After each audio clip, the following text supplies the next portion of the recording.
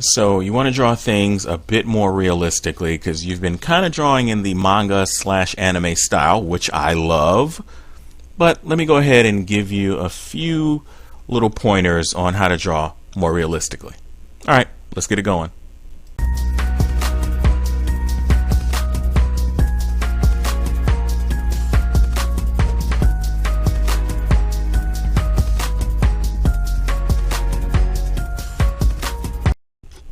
What is going on, peeps? So what you're looking at right now is my Pinterest page, and I made this whole Pinterest page for myself for reference, and I also made it for everybody else. I initially made it for my students, but I also have it as reference for everybody that wants to check it out. So if you look, you can see that a lot of the stuff that I reference, I try to reference either designers or real life as much as I can, and my interests kind of vary, but this is all art related mostly. But getting to how to not draw the manga style, let me just first of all say, as you can see, I got Japanese superheroes here, and you also see that one of my favorite artists is Leiji Matsumoto, and I love manga and anime artists, and I watch anime.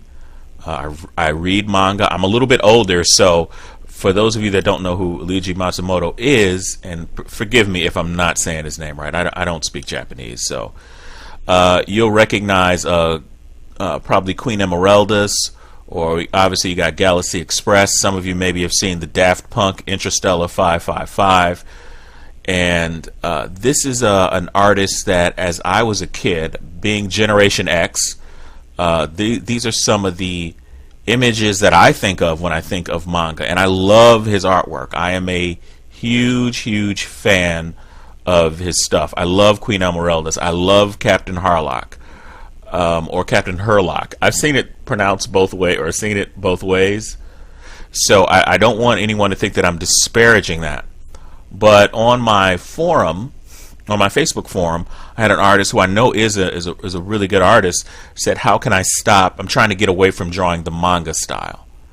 And I thought that was very interesting because my background is, as I scroll through here, my background is not, I was not, let me see, growing up in the 80s, and I would say late 70s, early 80s. If you're Gen X, then you know what I'm talking about. Watching Saturday morning cartoons, that's your art influence, and that's your comics. Like, we didn't get some of the first stuff that we saw was probably a cartoon called Star Blazers,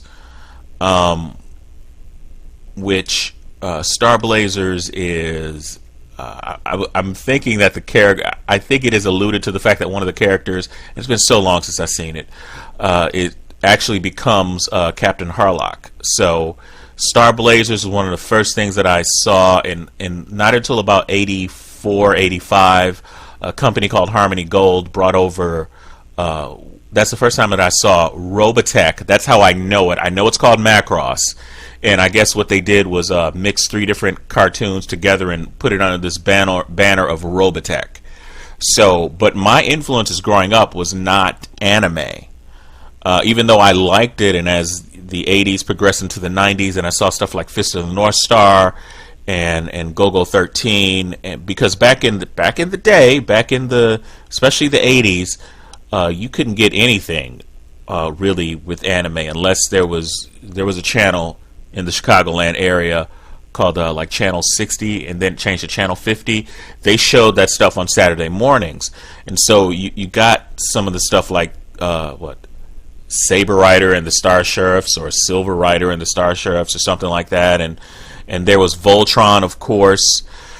So I didn't grow up with those influences, and I've been an artist since I was a young kid, as most of you are, and most of you have been drawing for a very long time. Even if you consider yourself a beginner, chances are every little kid draws. Those of us that are artists, we just kind of excel at it a little bit differently, or a little bit more rapidly. But if I were to say what my influences are, it is not. See if I can get back here. It is not manga until maybe later on. I have some influences later, much later. But if you look,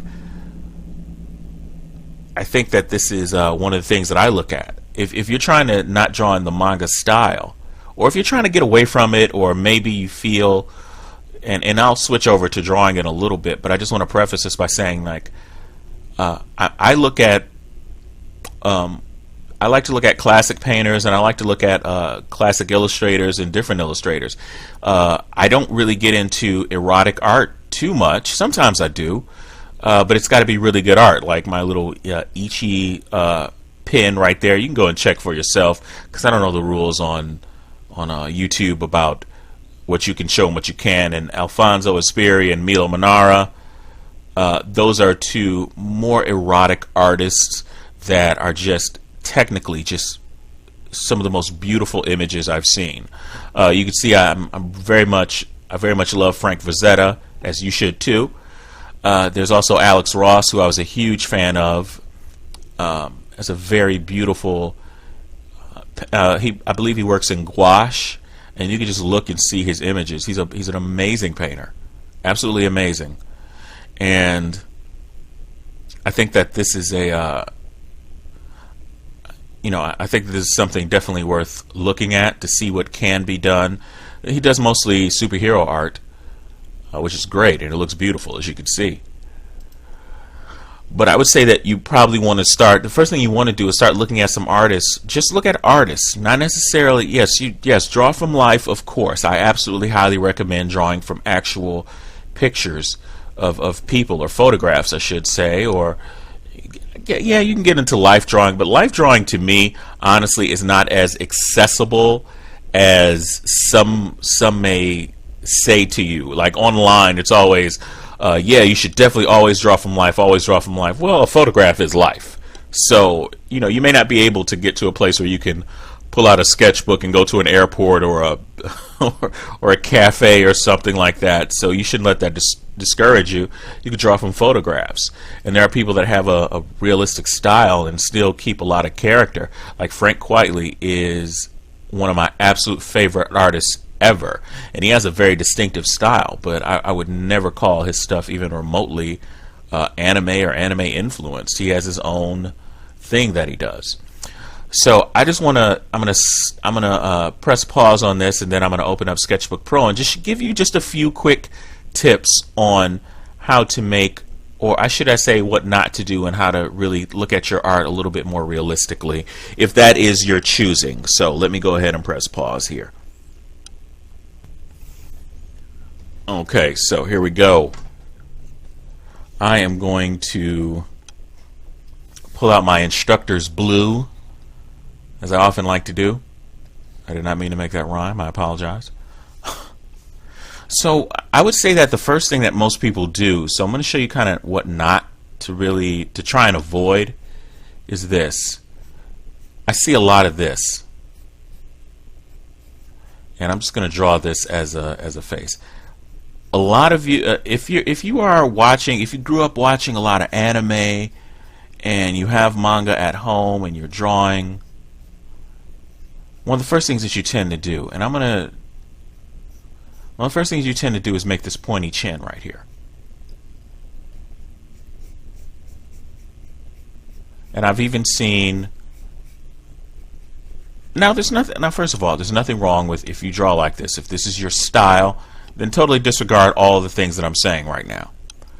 But if you're trying to break yourself from that habit, or maybe try something new, I should say, because I don't think there's anything wrong with drawing in an anime or manga influenced style. I found that later on, I tried to study this style a bit more to free myself up, and it was very freeing to draw this way.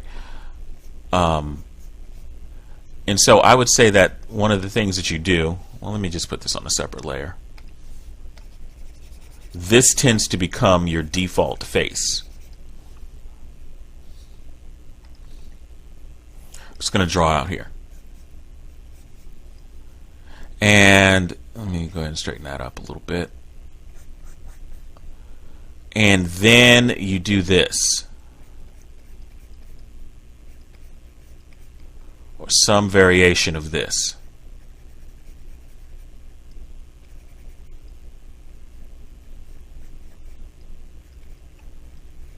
And you're drawing these big, huge eyes, which is fine. I think the character looks a little cross-eyed, but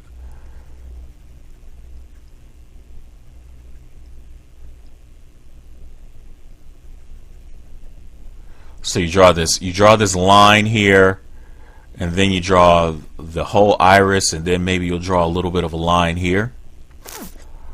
Might even make these eyes a little bit bigger, but these are huge already. Believe it or not, these are very huge eyes. There's no nose.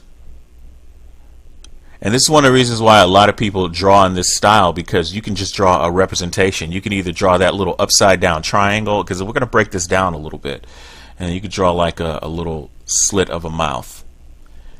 And then maybe let's go ahead and give the character some hair. And the hair tends to get, oh, I don't want to do that. And by the way, I'm not criticizing this. I'm going to keep reiterating this over and over again, that I am not criticizing this at all.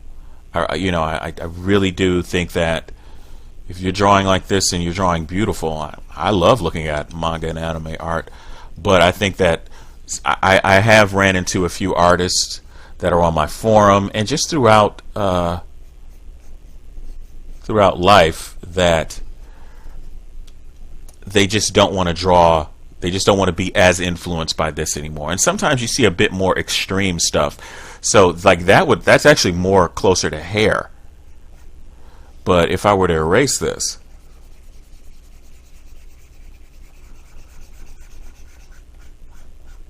and let me go ahead and just kind of, I'm going to really draw what I really see people doing.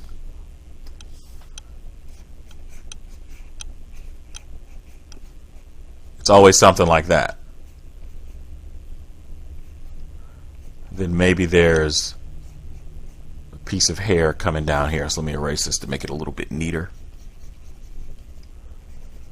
So you're drawing this, and you're just drawing this kind of shape. And so you think that, well, we got to give this character some eyebrows, right? Let's give him some big blocky eyebrows. I like blocky eyebrows. They're fun.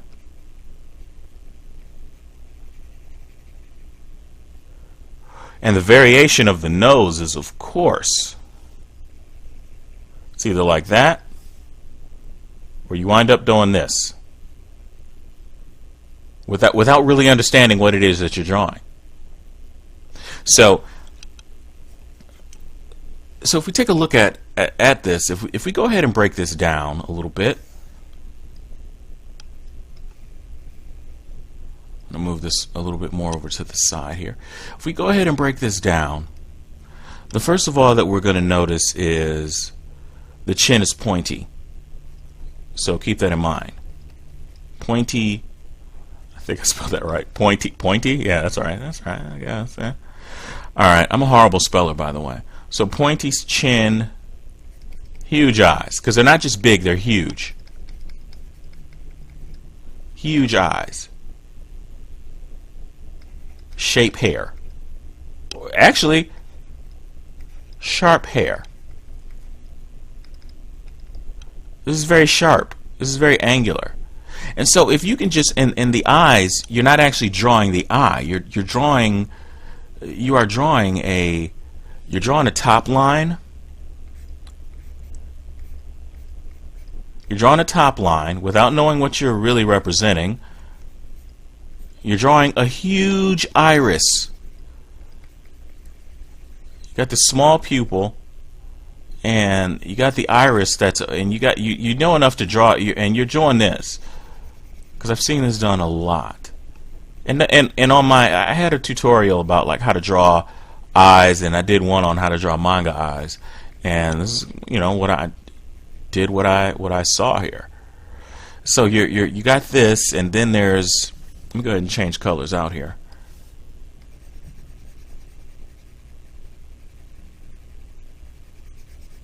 And a lot of times you just don't, when you're drawing like this and you draw it for a long time, the thing that I see a lot of artists do is that you're drawing a lot of fan art, or you're drawing art that's very derivative based on a character that you've watched, be it, One Piece or Naruto, whoever it is, or Full Metal Alchemist, or some of the other stuff that we find on Toonami, or I think they brought Toonami back. As of this recording, I think they brought it back, or they might have taken it away.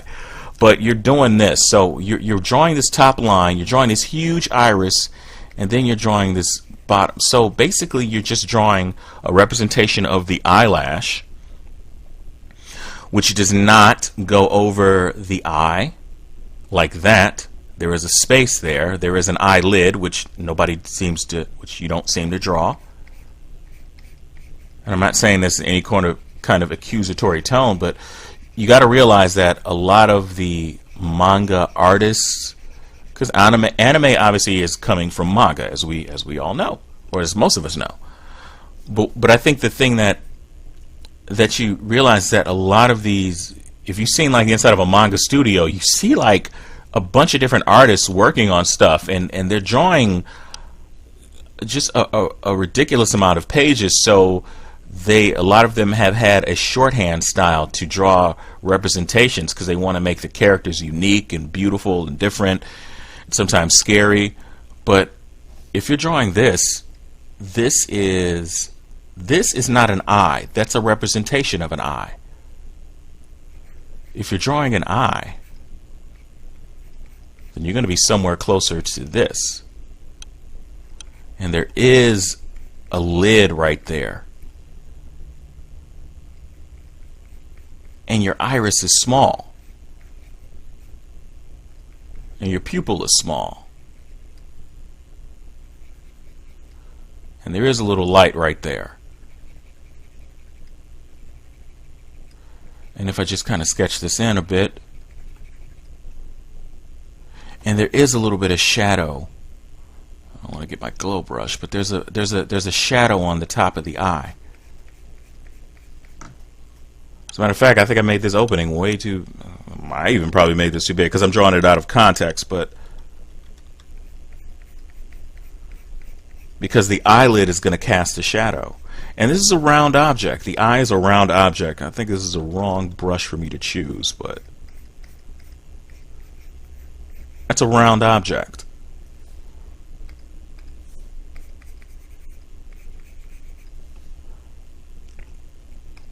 And there are layers to the eye, and there's parts of it, and there's all kinds of little. If you go in and check a mirror, you can absolutely that's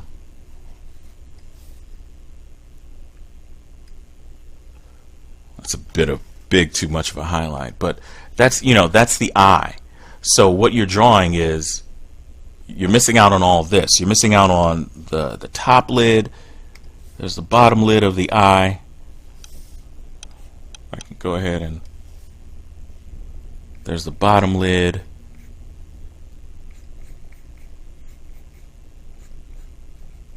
Top of the eyelid. There's a little bit of an indentation in here that we have. Then if we start drawing the eyebrow, I like to draw a shape first. Don't even know why I'm pretending like I don't. And this isn't even big enough for an eyebrow. I'm sorry. Let me as you guys know, for those of you that have been watching my channel, you know I don't mind making mistakes. So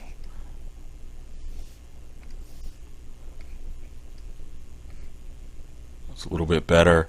And like the arch of the eyebrow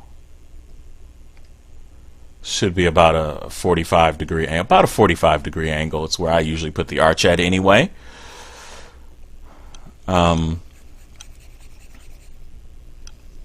There's a little piece of there's a little bit of fat. I probably should move this down a bit. Let me do that. This is one of the biggest things that I just kind of, when you're drawing something out of context like that, it's a little bit difficult to just draw an eye and an eyebrow solo, especially I'm not really looking at any reference or anything. But I got the eyelid here, and then there's a line here where it sinks in, is over here. Then you could put in the eyelashes. This right here, what I'm putting in, that's his top line. That's what it's trying to represent. This bottom line right here. And there is a little space between there. The eyelashes are thinner in the corner, and they're thicker out here, even if you're a guy. And there's a little part right here where there's this little ball on the inside. You guys have seen. You guys know what your eye looks like. Some more shadow there in the corner. So that's an eye. So you're just drawing this little representation and thinking that it's an eye. The same thing with the nose. If you're going to look at the nose, then we could. I mean, there's plenty of tutorials on drawing the nose. In my 30-day anatomy, I draw the nose. I teach you guys how to draw features and stuff, but that's not what this is about. You know, the tip of your nose, it's more of a ball. And there could be some shape right here. And your nostrils are this, you know, your nostrils are going to take up a big portion of it. And so, like, your nose is a shape. So that's it. The nose is not this. This is not a nose. And especially if you think about it, if you're doing a front view, then the nose is going to be more like this, where you got the ball of the nose in the front, and maybe, depending on how you draw, and I'm going a much more of a caricature kind of a nose, but you got your nostrils right here. And so you don't have to draw this particular nose every single time. That would be silly. And so that's a nose. Like, you need to learn how to draw a nose. And I would also say that drawing the mouth right there, the lips are, you have a top lip, they are lips.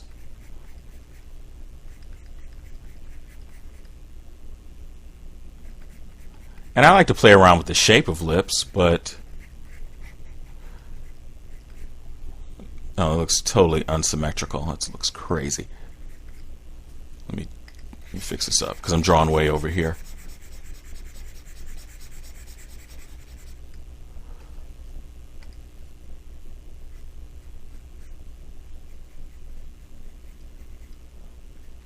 I'm going to over-exaggerate some lips here. And not every lip has like the little divider in there, but I'm just drawing lips. Just a little. These are fleshy. These are, you know, they're your lips. They stick out. They're supposed to stick out, because on the side view, if we're drawing the side view of a character, we'll start with the nose there. The top lip sticks out. The bottom lip. The top lip is more larger than the bottom lip, and we got our chin right here. And so this is actually, your nose is kind of drooping down. That's cool. And so you gotta really realize that. Also, when it comes to lining up the face, let me go ahead and go up a level and hide this out. If you also want to know that your face is going to be, and I play with proportion all the time, by the way, but that's a whole separate, why I'm way up there. I've been drawing a lot of analog lately, and I think it's been really, when I say analog, I've just been drawing on pencil and paper. I've gotten away from, I don't want to say gotten away totally, but I definitely kind of put an ease up on trying to draw digital all the time, because it just turns out I have a scanner, so I like to sketch, and I just use typing paper to sketch on, because I think that I just like the feel of pencil on paper. I really do. And I can always scan that drawing in, and I can go ahead and draw over my scanned drawing I can do that. So I'm not gonna, I don't want to take up a whole, make this a super long video, but as you can see, the chin is not going to be no pointy chin. I'm going to put my eye line in the middle here. And the other thing that I don't do when I'm, I go over these lines a lot because of the tablet I'm working on. I do not have a Wacom or a Cintiq. Well, I have a Wacom, I have a Bamboo. I don't have a Cintiq where I can draw on here, so I do have to wind up going over lines. So if my lines are looking a little hairy, that's another reason why I kind of stopped trying to draw everything digital. I'll paint it digitally, I'll color it digitally, I'll even ink it. And I'll even tighten up the drawing, but my basic, there's something about the energy of the lines when this is just me personally, when I draw that way. So I'm going to go about half and half of the eye line to here. We're going to get the nose in there, half of that. I usually put the mouth, and there's about like the chin. So, you know, your chin is down here, and I guess the rule of thumb is to, if you put an eye in the middle here, let's go up a level here.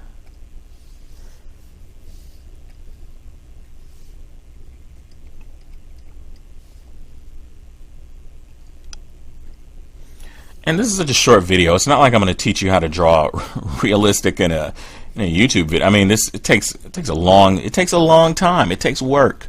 But if you're an artist and you're serious about it, and right up here it's going to be the hairline. So the first thing that you notice, like a lot of people say the eye space, because this is a form that is turning in 3D. And you want to leave enough room for the head. You want to have 5 eye lengths across, more or less.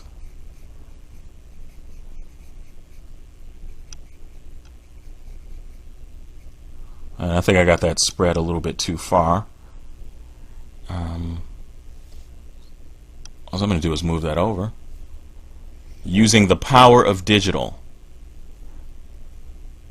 And I've been drawing in my style for so long that, and the other thing I want to tell you guys to do is to embrace your style. Don't worry about how someone else is drawing. You're the artist. People, you know, you get to the point one day where people want to draw like you. So draw how you want to draw. So the eyes are going to be a little bit more in the middle like that, because you definitely want that eye length on both sides. I might make that a slight little bit bigger, just over on the edges here. And we're just going to draw a representation of that. Let's get a top lid going here. Let's get maybe the bottom lid. I don't know, I don't have to necessarily draw the nose right on that line, but I want to. And so I know that just using I'm going to go ahead and go with some red here. I know that if I go straight down, that's about the ending of where the mouth is.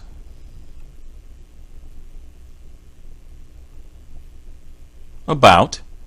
Actually, so, and this is like ideal proportions, but I would say that you definitely don't want to have you're definitely not trying to have a small mouth if you're trying to get away from doing that. You want to have you want to be within this area. I say within this area. I know some people may. So I'm going to draw this top mouth. I sound so intelligent. So I'm going to draw these lips here. And actually, I'm sorry. It's okay. What you are, I like to be within, because sometimes I draw a character with a larger mouth, but I tend to not go past the eyelid. That's what I do personally. So, and that's one of the things that is my style, because I'm going to go ahead and let me see. And I hope you're finding this helpful. So let's play with the mouth size a little bit, since this is digital. So I can make a mouth bigger. There's nothing wrong with it, right? I mean, it still looks, you know, you still got a pretty large mouth there. If I made it a bit smaller, that's okay. But I don't know if I typically want to make it small going past the corner of the eyes. Let's go ahead and make it a little bit larger. Nothing wrong with that. It doesn't have to be right there. So now we got now we got our mouth in here, and take off that tool. So you got your top lip, which is going to be darker than the bottom lip. Maybe this character does have a bigger chin. Maybe the chin is taking up this area right here. So we want to draw on the top lid and the bottom lid. If you want to darken in the eyes. And I'm just drawing the bottom of the nose. I mean, you could go ahead and bring this in. Maybe give the character some extra lines there. Maybe draw a bit of the skull. And this is a pretty generic face, by the way.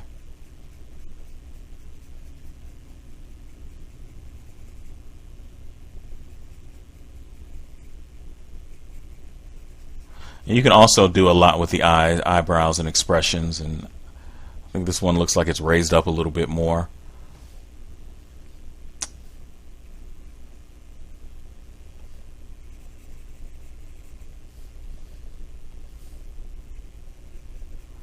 And depending on how the expressions that you draw, you can have the shape of your eyes are going to change, and your ears. I tend to go with the eye line to the nose. But you can draw a character with huge ears. There's nothing wrong with that, as long as you understand your basics and your fundamentals. We got the hairline right here. And so I'm just trying to keep it within the... Let me thicken up these eyebrows, because my last little character had the eyebrows. They were pretty thick.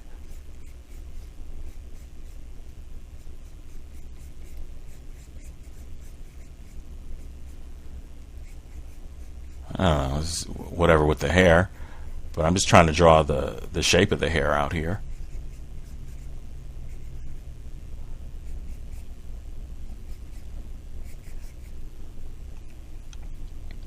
So maybe I want to accentuate the jawline here. So let me go down here a bit more.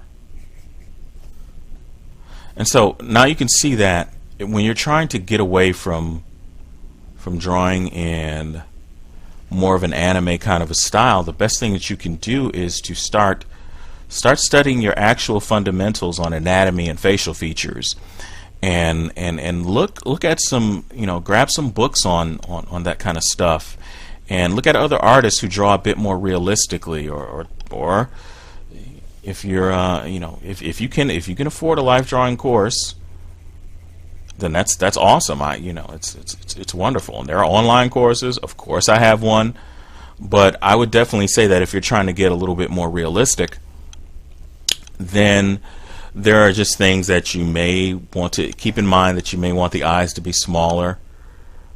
You also you definitely want to know how the nose is shaped, and you want to know how the lips are shaped. So this is a really quick way of just showing you guys out there who want to know how to be a bit more realistic with your drawings. Then this is just one of the things that you can do. And I would also say that when you are drawing and when you are learning, just like, I know that everybody wants to grab the actual sketchbook. I used to be able to get them at like Barnes and Nobles for like $5 or $7, but get yourself some copy paper. I always get a ream of copy paper, and that's what I draw on, because I go through a lot of drawings and I draw a lot, and you can always just scan in your drawings if you got a scanner.